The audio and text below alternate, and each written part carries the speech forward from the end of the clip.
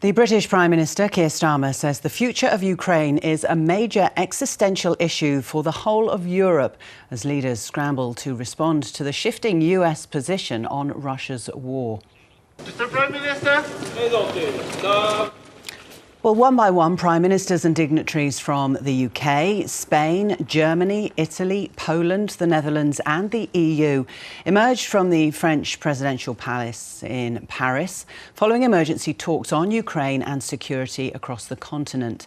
The meeting was convened after the US President Donald Trump surprised Western allies when he revealed he'd spoken with Vladimir Putin about starting the peace process. After confirming he's willing to send British peacekeepers to Ukraine, Keir Starmer says there must also be a US security commitment once an agreement is reached. On Ukraine, we're at the very early stage of the process. Europe must play its role. And I'm prepared to consider committing British forces on the ground alongside others if there is a lasting peace agreement.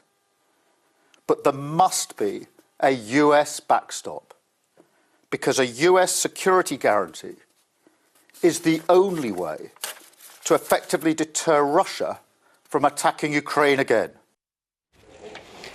The Paris meeting was told all European nations must boost their support for Ukraine while increasing the region's defensive capabilities.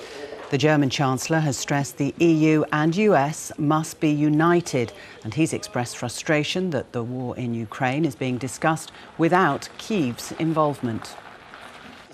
It is completely premature and completely the wrong time to have this discussion now.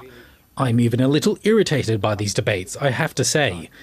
People are talking here about possible variants of outcomes over the heads of Ukraine, about the outcome of peace talks that have not taken place, and with which Ukraine has not said yes and has not sat at the table. This is highly inappropriate. To put it bluntly and honestly, we don't even know what the outcome will be. Russia's top diplomats have touched down in Riyadh for talks with their US counterparts. It's now been 3.5 years since Russia launched its full-scale invasion.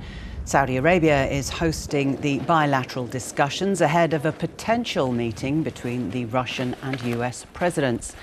Vladimir Putin's aides say they are adopting a serious but cautious approach. The question now is to agree on how to start negotiations on Ukraine, because the American side has not yet appointed its main negotiator to conduct business with us.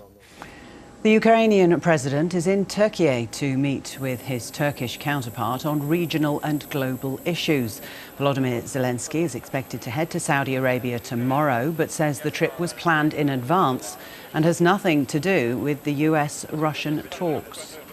Ukraine will not take part. Ukraine did not know anything about them.